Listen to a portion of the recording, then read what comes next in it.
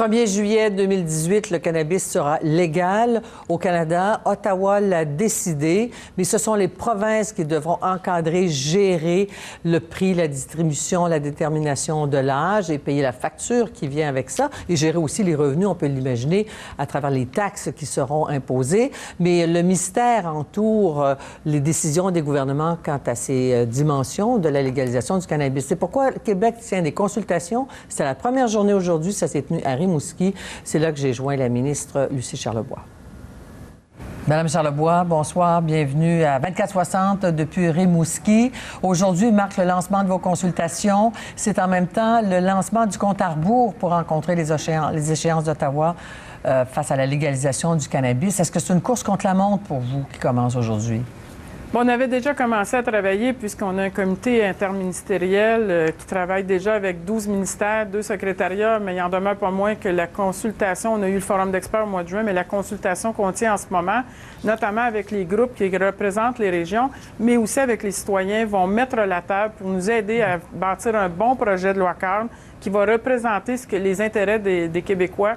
Et moi, je fais confiance à la sagesse de la population. Sagesse de la population, avez-vous déjà une idée sur quoi elle repose, cette sagesse-là? Quelles sont les appréhensions? Honnêtement, j'ai entendu beaucoup de choses au cours de l'été, pendant mes vacances, mais je vais consacrer mes perceptions pendant les consultations. J'ai 7 séances. Comme vous le savez, aujourd'hui, on a rencontré des organismes. Ce soir, ce sera la population à Rimouski. Et on va rencontrer encore 6 places où on va rencontrer des gens. Vous savez que le forum, il y a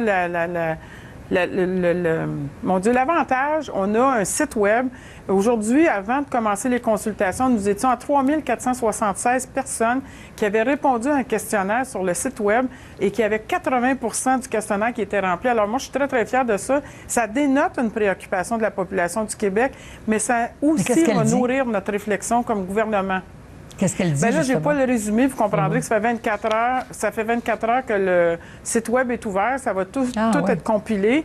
On va pouvoir vous en rendre compte. Oui, à la fin des consultations, on va pouvoir vous rendre compte de tout ce qui sera dit et sur le web et en consultation, mais ça va certainement nous aider à baser notre réflexion lors de la rédaction du projet de loi cadre. Mais j'imagine que vous avez quand même une petite idée de vos préoccupations comme gouvernement responsable à la fois de la santé publique et de la sécurité publique.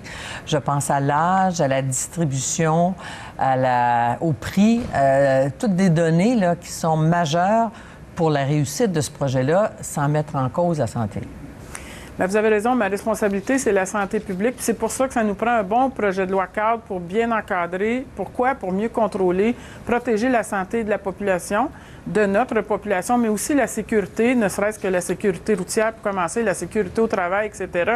Mais non, je ne vais pas vous donner mes réflexions là-dessus parce que je veux vraiment entendre, je sais que ça vous fait sourire, j'aime ça vous entendre sourire, mais je veux vraiment entendre ce que la population a à nous dire. À la fin, c'est certain que vous allez avoir le droit à toute ma réflexion. En tout cas, on va vous suivre de près, c'est certain, parce que notamment, il y a les cégeps là, qui font leur entrée, qui se mobilisent aussi, qui veulent déjà faire une sorte de cadre, parce que ça va venir vite, c'est la dernière rentrée avant la légalisation. Alors, on veut aussi s'assurer qu'on aura les moyens d'appliquer ces politiques-là. Aurez-vous les moyens des ambitions d'Ottawa? Sincèrement, ce qui est mentionné dans le projet de loi du gouvernement fédéral, c'est qu'au plus tard, le 1er juillet 2018, la légalisation va être faite. C'est du ressort du gouvernement fédéral. Nous, ce qui est de notre ressort, c'est l'encadrement. Et savez-vous quoi, Mme Dussault? Je n'ai pas le choix et le gouvernement n'a pas le choix. Nous n'avons pas le choix comme collectivité de bien encadrer pour protéger nos jeunes, notamment, mais aussi l'ensemble de la population en termes de santé publique et de sécurité. Avez-vous déjà une idée du On va prix? être prêts. Oui, vous allez être prêt. Parlant d'être prêt, vous avez certainement été informé de ce qui s'est passé à Montréal le week-end dernier, dès vendredi. Plusieurs cas de surdose de fentanyl. La sécurité publique, la santé publique, les médecins sont intervenus rapidement parce qu'il y a une équipe d'urgence qui intervient. Puis on a arrêté des personnes qui auraient fait le trafic de ce fentanyl-là.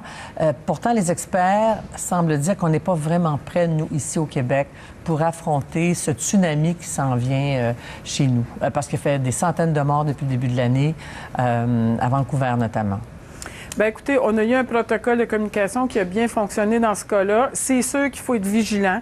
c'est une situation qui est préoccupante parce que jusqu'à maintenant, ça a touché, comme vous dites, plus vers Vancouver, mais nous, on n'est pas à l'abri de ça.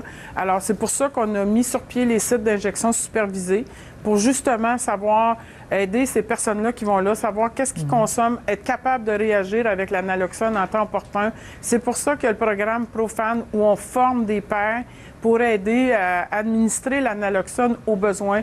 C'est pour ça que nos ambulanciers au Québec, notamment à Montréal, sont formés à 96 % et ont des trousses de naloxone dans les ambulances. Le restant du Québec est à hauteur de 85 %. C'est pour ça aussi qu'il y a une ordonnance collective dans les pharmacies pour nous assurer qu'on puisse transmettre ces trousses de naloxone-là aux usagers. C'est sûr qu'à Montréal, c'est plus facile de s'en procurer, mais on peut en faire demande à toute pharmacie. Et les pharmacies, on a fait une recommandation à l'Ordre des pharmaciens à l'association, excusez-moi, des pharmaciens, pour faire en sorte que ce produit-là soit disponible parce que, juste pour le bénéfice de la population, la naloxone sert à renverser les effets de surdose. Dans plusieurs cas, sauver des vies. Et sauver des vies, ça doit se faire très rapidement. Il semble qu'en fin de semaine, il y aurait presque eu pénurie dans certaines pharmacies d'un certain quartier à Montréal. Certains réclameraient de former encore davantage de personnes, mais au-delà des ambulanciers, les premiers répondants, bien sûr, mais les policiers, former encore plus de gens et rendre le naloxone encore plus disponible qu'il ne l'est actuellement. Je pense que la santé publique demande ça, les médecins de la santé publique.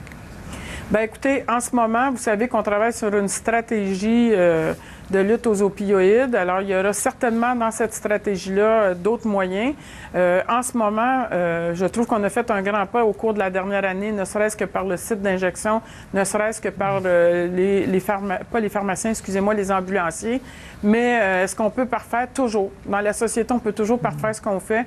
Alors, on va regarder dans la stratégie de lutte aux opioïdes, qu'est-ce qu'on pourrait faire de mieux. Parce qu'il y a beaucoup de médecins qui sont inquiets. Heureusement, vendredi, il n'y a pas eu de mort.